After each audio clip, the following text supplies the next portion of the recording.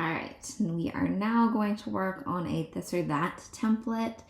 I've seen this used by interior designers before, and really you're just trying to increase engagement. So I'll show you the example. This, I just chose some kitchen faucets as an example. So you're just asking people, do you prefer this, like a more classic look with brass, or do you prefer a more sleek and modern kitchen faucet that might be like matte black?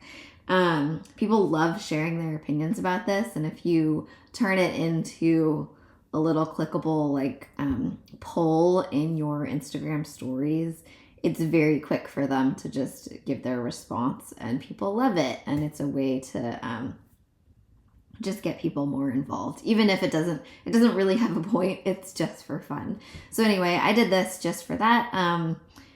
Let's go back to here. Pretty straightforward. You should now be pretty comfortable with filling these frames with images. Let's see, I'm gonna go back. I've already used this photo actually, but I'm gonna double click. I'm gonna make this faucet bigger and really put that at the forefront, right where that arrow was. And then I'm going to click on this frame. I'm going to bring in the other faucet. This also shows you that if you have just a small collection of photos, you can use them in a variety of ways. All right, so I'm gonna make this just a tiny bit bigger by double clicking. I'm gonna make that teensy bit bigger, maybe like that.